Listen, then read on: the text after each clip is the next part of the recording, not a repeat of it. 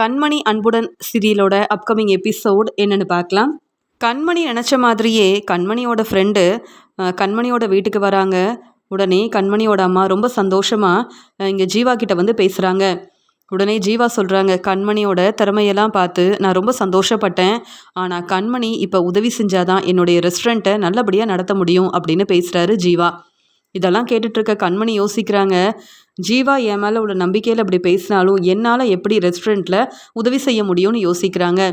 உடனே கண்மணி சொல்கிறாங்க, இல்லை ஜீவா, இப்போ தான் புதுசாக நான் வந்து பிரியாணி கடை ஆரம்பிச்சிருக்கேன், இடியாப்ப கடையும் ஆரம்பிச்சிருக்கேன். என்னை நம்பி பெரிய கம்பெனியில் சாப்பாடு ஆர்டர் வேறு கொடுத்துருக்காங்க.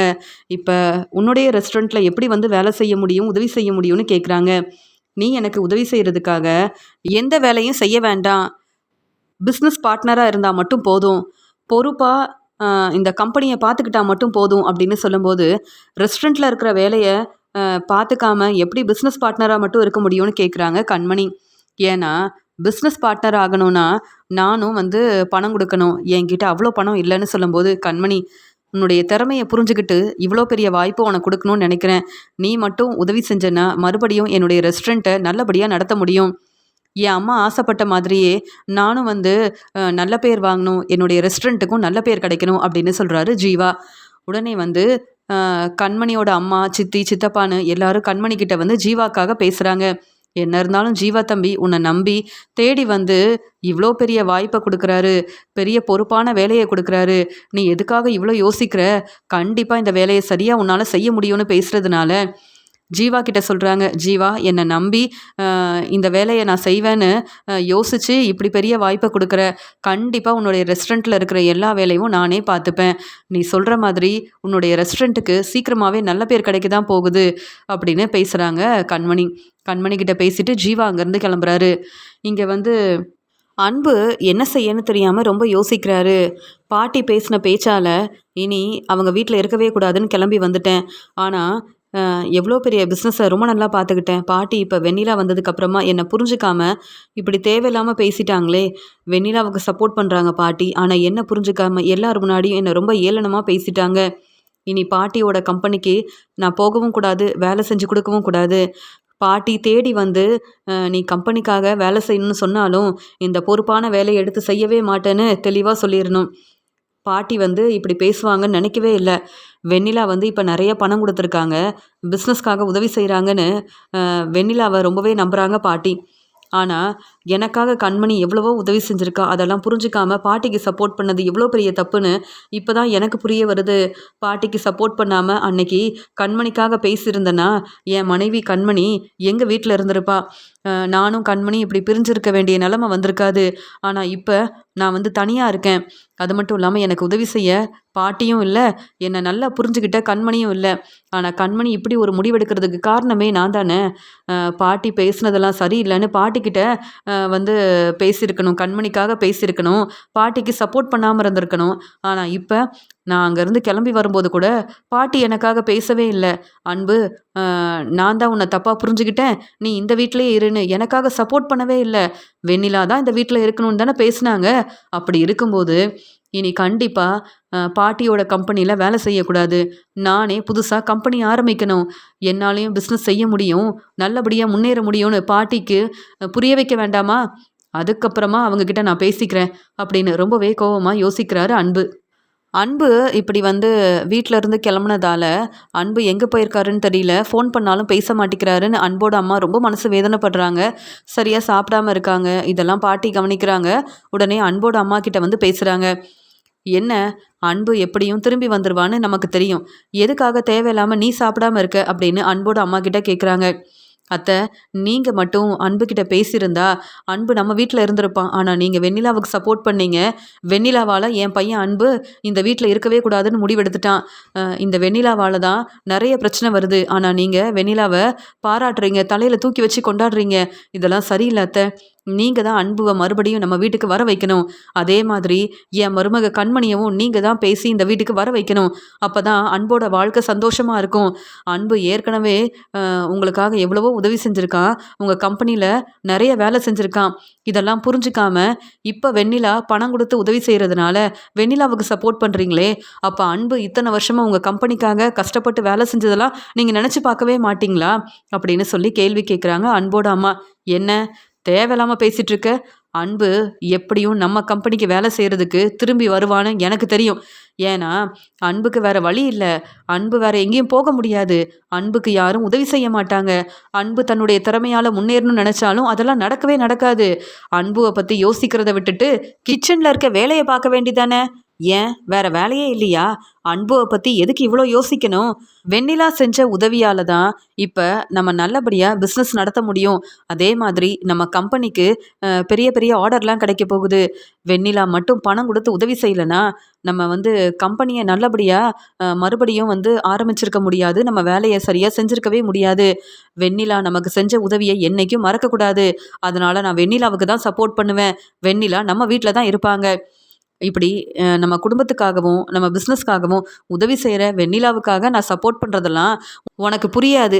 ஏன்னா நீ அன்பை பற்றி மட்டும்தானே யோசிப்ப. அன்பு உன்னுடைய பையன். அதனால அன்பு இந்த வீட்டுக்கு வரணும்னு நினைக்கிற. ஆனால் எனக்கு வெண்ணிலா தான் முக்கியம். வெண்ணிலாவால் தான் இப்போ என்னுடைய பிஸ்னஸை மறுபடியும் நான் ஆரம்பிச்சிருக்கேன். அதனால் வெண்ணிலாவுக்கு முதல்ல ஜூஸ் எல்லாம் கொண்டு வந்து கொடுங்க அப்படின்னு சொல்லும்போது, வெண்ணிலாவுக்காக நான் ஜூஸ் எல்லாம் எடுத்துகிட்டு வரணுமா அப்படின்னு கேட்குறாங்க அன்போட அம்மா. ஆமாம், வெண்ணிலாவுக்கு நல்லா சமைச்சு கொடுக்கணும், ஜூஸ் எல்லாம் கொடுக்கணும், வெண்ணிலாவை நீங்கள் தான் நல்லா பார்த்துக்கணும் அப்படின்னு சொல்லும்போது, ஏற்கனவே என் பையன் அன்பு இந்த வீட்டில் இல்லைன்னு நான் ரொம்பவே யோசிக்கிறேன். ரொம்ப மனசு வேதனையோடு இருக்கேன். ஆனால் அந்த பிரச்சனைக்கு காரணமே வெண்ணிலான்னு எல்லாருக்கும் தெரியும். ஆனால் நீங்கள் வெண்ணிலாவுக்கு தான் சப்போர்ட் பண்ணுவேன்னு சொல்கிறீங்க.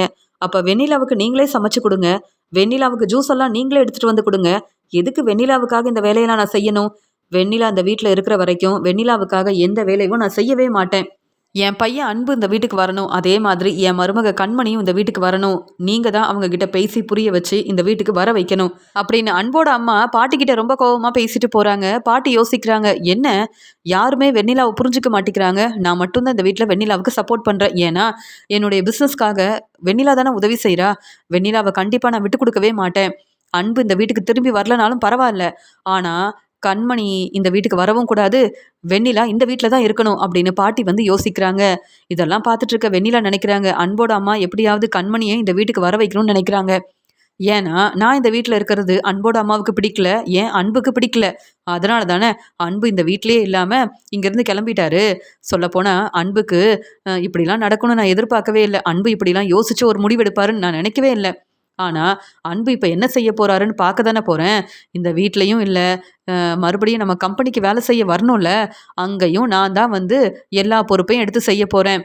அன்பு என் பேச்சை தான் கேட்கணும், நான் சொல்கிற வேலையை தான் செய்யணும். இனி அன்பு என்னை புரிஞ்சுப்பாரு. பாட்டிக்கு எதுக்காக இவ்வளோ உதவி செய்கிறேன்? பாட்டி என் பேச்சை கேட்குறதுனால அன்பு எல்லாரும் முன்னாடியும் தலை குனிஞ்சு அவமானப்பட்டு நிற்கணும். அன்பு என் பேச்சை கேட்கணும், அதுக்கப்புறமா அன்பு என்னை புரிஞ்சுக்கணும். அதுக்காக தானே இப்படி ஒரு வேலையெல்லாம் செஞ்சிட்ருக்கேன் அப்படின்னு சொல்லிட்டு இங்கே வெண்ணிலா யோசிக்கிறாங்க. அன்பு தன்னுடைய ஃப்ரெண்டுக்கிட்டலாம் உதவி கேட்குறாரு. எப்படியாவது நான் புதுசாக கம்பெனி ஆரம்பிக்கணும், எனக்கு கொஞ்சம் பணம் வேணும் அப்படின்னு கேட்கும்போது, எப்படி அன்பு உங்கள் பாட்டிக்கிட்ட கேட்காம நாங்கள் பணம் கொடுக்க முடியும்? ஏன்னா நீ உங்கள் பாட்டி கம்பெனியில் தானே வேலை பார்த்த. அப்படி இருக்கும்போது இப்போ தனியாக உன்னால் எப்படி புதுசாக கம்பெனி ஆரம்பிக்க முடியும்னு கேட்குறாங்க. என்னால் இந்த வேலையை சரியாக செய்ய முடியும் அப்படின்னு பேசுகிறாரு அன்பு. அந்த சமயம் இங்கே ஜீவா புதுசாக ரெஸ்டாரண்ட் ஆரம்பிக்கிறாரு. அதே மாதிரி இந்த ரெஸ்டாரண்ட்டில் பெரிய பெரிய ஆர்டர்லாம் எடுத்து செய்யணும்னு நினைக்கிறாரு.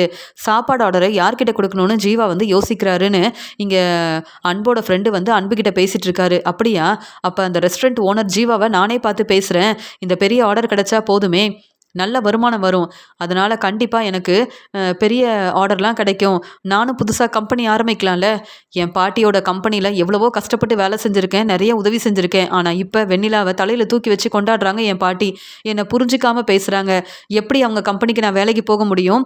அப்படியே நான் வேலை செஞ்சாலும், நேர்மையாக என்னுடைய வேலையை பொறுப்பாக பார்த்துக்கிட்டாலும், என்னுடைய பாட்டி எனக்கு தர வேண்டிய மதிப்பு மரியாதையை தரமாட்டாங்க.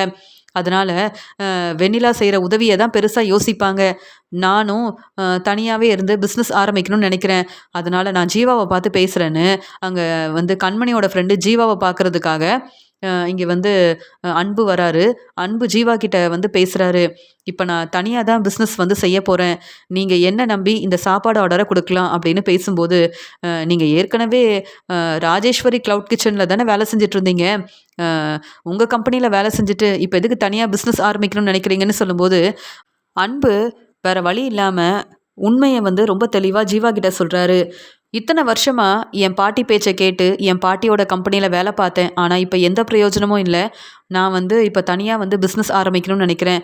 நீங்க செய்ற உதவியால நானும் நல்லபடியா முன்னேற முடியும்னு எனக்கு நம்பிக்கை இருக்குன்னு சொல்லும்போது, உடனே அங்க ஜீவா யோசிக்கிறாரு. ஏற்கனவே அ இந்த பிசினஸ நல்லபடியா நடத்தணும்னு நான் எப்படி நெனைக்கிறேனோ, அதே மாதிரி தான் அ அன்பு தன்னுடைய திறமையால முன்னேறணும்னு நெனைக்கிறாரு. கண்டிப்பா அன்புக்கு உதவி செய்யணும் அப்படின்னு, அ என்னுடைய ரெஸ்டாரண்ட்ல சாப்பாடு ஆர்டர நீங்களே வந்து எடுத்து செய்யலாம். கண்டிப்பா உங்க மேல எனக்கு நம்பிக்கை இருக்கு. நீங்க ரொம்ப பொறுப்பா, அக்கறையா இந்த வேலைய செஞ்சீங்கன்னா, இன்னும் பெரிய பெரிய சாப்பாடு ஆர்டர் உங்களுக்கு கிடைக்கும் அப்படின்னு ஜீவா பேசுறது மட்டும் இல்லாம, இங்க அன்புகிட்ட பணம் குடுக்குறாரு. இதெல்லாம் பார்த்துட்டு அன்புக்கு வந்து ரொம்ப சந்தோஷப்படுறாரு. அந்த சமயம் அங்க கண்மணி வராங்க. கண்மணி என்னுடைய ஃப்ரெண்டு தான் அப்படின்னு ஜீவா வந்து அன்புகிட்ட சொல்றாரு. என்னது கண்மணி உங்க ஃப்ரெண்டா? அப்படின்னு நினைக்கும்போது, அப்ப கண்மணி கண்டிப்பா என்ன பத்தி ஜீவா கிட்ட சொன்னாங்கன்னா, இந்த சாப்பாடு ஆர்டர் எனக்கு கிடைக்கவே கிடைக்காது அப்படின்னு யோசிக்கும்போது, கண்மணி வந்து அன்புவ பார்க்குறாங்க. ஆனா அன்பு அவங்க வீட்ல இல்ல. அவர் அங்கருந்து வந்துட்டாரு. இப்ப புதுசா பிசினஸ் ஆரம்பிக்க போறாருன்னு கண்மணிக்கு எதுவுமே தெரியாததுனால, இங்க ஜீவா கிட்ட சொல்றாங்க. "பரவால்ல ஜீவா, எங்க அன்புவ பத்தி எனக்கு தெரியும். நீங்க அன்புக்கு இந்த சாப்பாடு ஆர்டர குடுக்கலாம்." அப்படின்னு அன்பு முன்னாடி இங்க கண்மணி பேசுறாங்க. அன்புக்கு சப்போர்ட் பண்ணி பேசுறாங்க. இதெல்லாம் பார்த்துட்டு இருக்க அன்பு வந்து ரொம்ப சந்தோஷப்படுறாரு. ஆனா, நான் தான் வந்து கண்மணிய புரிஞ்சுக்காம இருந்திருக்கேன். இப்ப கூட கண்மணி கண்டிப்பா இந்த ஆர்டர எனக்கு தர விடமாட்டாங்க. அன்பு தன்னுடைய ஃப்ரெண்டு ஜீவா கிட்ட பேசி, இந்த ஆர்டர அன்புக்கு தரவே வேண்டான்னு பேசுவாங்கன்னு நெனச்சேன். ஆனா கண்மணி எனக்காக சப்போர்ட் பண்ணியிருக்காங்கன்னு ரொம்ப யோசிக்கிறாரு அன்பு. இங்க வந்து சந்தோஷமா நன்றி சொல்லிட்டு அங்கருந்து கிளம்புறாரு அன்பு. அங்க வீட்டுக்கு வந்த அன்புக்கு அப்பதான் புரியுது. கண்மணி நம்ம மேல இன்னும் ரொம்ப அக்கறையா இருக்காங்க. நமக்கு பெரிய வாய்ப்பு கிடைக்கணும், பெரிய சாப்பாடு ஆர்டர் கிடைக்கணும்னு நமக்காக சப்போர்ட் பண்ணி பேசியிருக்காங்கல்ல. அப்படி இருக்கும்போது, நான் கண்மணிய புரிஞ்சுக்காம எவ்ளோ பெரிய தப்பு பண்ணிட்டேன். பாட்டிக்கு சப்போர்ட் பண்ணணும்னு கண்மணி பேச்ச கேட்காம இருந்துட்டேன். ஆனா, நான் கண்மணிக்கு தான் சப்போர்ட் பண்ணியிருக்கணும். கண்மணி செஞ்ச உதவியால தான் ஜீவா என் மேல உள்ள நம்பிக்கையில இந்த பெரிய சாப்பாடு ஆர்டர குடுத்துருக்காங்க. அப்படின்னு யோசிக்கிறாரு இங்க வந்து அன்பு. இப்பதான் எனக்கு ஜீவா குடுத்த நெறைய பணம் என்கிட்ட இருக்கு. உடனே நம்ம வந்து க்ளவுட் கிச்சன் ஆரம்பிக்கணும். எல்லா ஏற்பாடையும் செய்யணும். நம்ம கம்பெனியில புதுசா வேல பார்க்கறதுக்காக எல்லாரையும் வர வைக்கணும். அப்படின்னு சொல்லிட்டு, இங்க தெரிஞ்ச எல்லார்கிட்டயும் அன்பு பேசுறாரு. புதுசா கம்பெனி ஆரம்பிக்கிறதுக்கு எல்லா ஏற்பாடையும் செய்றாரு. இங்க ஜீவா குடுத்த இந்த பெரிய சாப்பாடு ஆர்டர நல்லபடியா செய்றதுக்காக, அன்பு வந்து ஒவ்வொரு ஏற்பாடையும் ரொம்ப சரியா கவனமா செய்றாரு. இங்க வந்து எல்லா வேலையும் முடிச்சுட்டு சாப்பிட்றதுக்காக கிளம்பி வராரு அன்பு.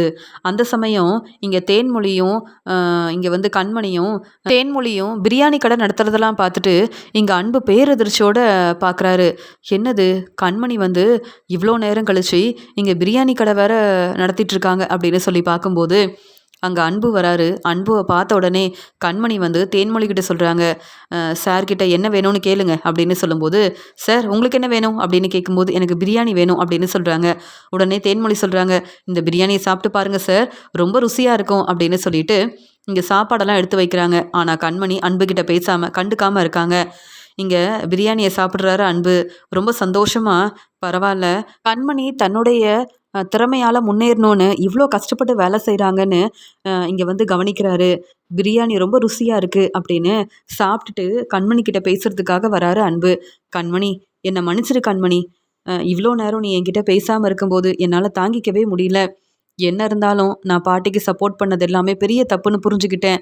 உனக்காக தான் நான் சப்போர்ட் பண்ணியிருக்கணும் கண்மணி அப்படின்னு சொல்லிட்டு, இப்ப நான் வந்து நம்ம வீட்ல இல்ல. நான் வந்து அந்த வீட்ல இருக்கவே கூடாதுன்னு கிளம்பி வந்துட்டேன். இப்ப அதனால தான் இங்க ஜீவா கிட்ட வந்து பேசி எப்படியாவது பெரிய ஆர்டர வாங்கணும்னு நெனச்சேன். ஆனா இப்ப நீ எனக்கு சப்போர்ட் பண்ணதால இந்த பெரிய ஆர்டர் எனக்கு கிடைச்சிருக்கு கண்மணி அப்படின்னு சொல்லி கண்மணியோட கைய பிடிச்சுக்கிட்டு ரொம்பவே அழ ஆரம்பிக்கிறாரு. இங்க வந்து அன்பு. மன்னிப்பு கேட்குறாரு அன்பு. என் பாட்டிக்கு எவ்வளவோ சப்போர்ட் பண்ணியிருக்கேன். உன்ன புரிஞ்சுக்காம பேசியிருக்கேன். ஆனா பாட்டி என்ன புரிஞ்சுக்காம, அந்த வீட்லருந்து நான் கிளம்பி வரும்போது எனக்காக சப்போர்ட் பண்ணல. வெண்ணிலாவுக்காக தான் சப்போர்ட் பண்றாங்க. வெண்ணிலாவால தான் எங்க கம்பெனில நெறைய பிரச்சனை வருதுன்னு எனக்கு தெரியும். ஆனா நான் இதெல்லாம் சொன்னா அவங்க நம்ப மாட்டாங்க. ஏன்னா வெண்ணிலா நல்ல பேர் கிடைக்கணுன்றதுக்காக, பாட்டி எப்பயுமே வெண்ணிலாவுக்கு சப்போர்ட் பண்ணணுன்றதுக்காக, அவங்க கம்பெனிக்காக நெறைய பணம் குடுத்து உதவி செய்றாங்க. இங்க ராஜேஸ்வரி கிளவுட் கிச்சனுக்காக எவ்வளவோ கஷ்டப்பட்டு வேலை செஞ்சிருக்கேன். எங்களுக்கு கிடைச்ச பெரிய பெரிய சாப்பாடு ஆர்டர ரொம்ப நல்லபடியா செஞ்சு குடுத்துருக்கேன். ஆனா, இப்ப என்ன புரிஞ்சுக்காம என் பாட்டி எல்லார் முன்னாடியும் ரொம்பவே ஏளனமா பேசிட்டாங்க. இப்படி வெண்ணிலாவுக்காக சப்போர்ட் பண்ணும்போது, என்னால எப்படி அந்த வீட்ல இருக்க முடியும்னு சொல்லும்போது, "என்ன சொல்றீங்க அன்பு? அப்ப நீங்க உங்க வீட்ல இல்லையான்னு?" கேட்கும்போது, "எங்க தங்கியிருக்கீங்கன்னு?" கேட்குறாங்க கண்மணி. "என் ஃப்ரெண்டு வீட்ல தான் தங்கியிருக்கேன்னு" சொல்றாங்க. என்ன அன்பு இப்படி பேசுறீங்க? நீங்க எதுக்காக அங்கருந்து கிளம்பி வரணும்? வெண்ணிலா தான் அந்த வீட்ல இருக்கக்கூடாதுன்னு சொல்லியிருக்கலாமே! என்ன அன்பு அப்படின்னு சொல்லி இங்க வந்து பேச ஆரம்பிக்கிறாங்க கண்மணி. "பாத்தியா கண்மணி, என் நிலைமைய புரிஞ்சுகிட்டு எனக்காக சப்போர்ட் பண்ணணும்னு இப்ப நீ கூட யோசிக்கிற. ஆனா பாட்டி என்ன புரிஞ்சுக்கவே இல்ல. என்ன மன்னிச்சிரு. உங்க அம்மாவுக்காக நீ சப்போர்ட் பண்ணி பேசின. ஆனா, எனக்கு என்னுடைய பாட்டி தான் முக்கியம்னு நான் சப்போர்ட் பண்ணேன். ஆனா, இப்ப என் பாட்டி எனக்காகவும் சப்போர்ட் பண்ணி பேசல. ஏன் நான் அந்த வீட்ல இருக்கணுன்றதுக்காகவும் அவங்க பேசவே இல்ல." அப்படின்னு சொல்லிட்டு யோசிக்கும்போது, "எதுக்காக அன்பு நீங்க இவ்ளோ யோசிக்கிறீங்க? ஏன் இவ்ளோ மனசு வேதனைப்படுறீங்க? எதுக்காக நீங்க ராஜேஸ்வரி கிளவுட் கிச்சன்ல வேல பார்க்கணும்? உங்களுக்கு நெறைய திறமை இருக்கு. நீங்க கண்டிப்பா புதுசா பிசினஸ் ஆரம்பிச்சு முன்னேறலாமே!" அப்படின்னு சொல்லும்போது, "அதுக்காக தான் எல்லா ஏற்பாடையும் செஞ்சிருக்கேன். நீ மட்டும் உன்னுடைய ஃப்ரெண்டு ஜீவா கிட்ட அ அன்பு என்ன புரிஞ்சுக்காம, அ அன்பால தான் நான் என் அம்மா வீட்டுக்கு வந்தேன்னு என்ன பத்தி சொல்லியிருக்கலாம். ஆனா, நீ என்ன பத்தி சொல்லாம, எனக்கு இந்த பெரிய ஆர்டர் கிடைக்கணும்னு சப்போர்ட் பண்ணி பேசினல்ல, அப்பவே புரிஞ்சுக்கிட்டேன். உன்ன பத்தி ரொம்ப நல்லா புரிஞ்சுக்கிட்டேன் கண்மணி." அப்படின்னு நன்றி சொல்றாரு அன்பு. உடனே கண்மணி சொல்றாங்க, "நீங்களும் கண்டிப்பா இங்க வந்து புதுசா கம்பெனி ஆரம்பிக்கணும். உங்களுக்கு பெரிய பெரிய ஆர்டர்லாம் கிடைக்கணும். நீங்க இனி இங்க வந்து ராஜேஸ்வரி கிளவுட் கிச்சனுக்கு எந்த வேலையும் செய்யக்கூடாது.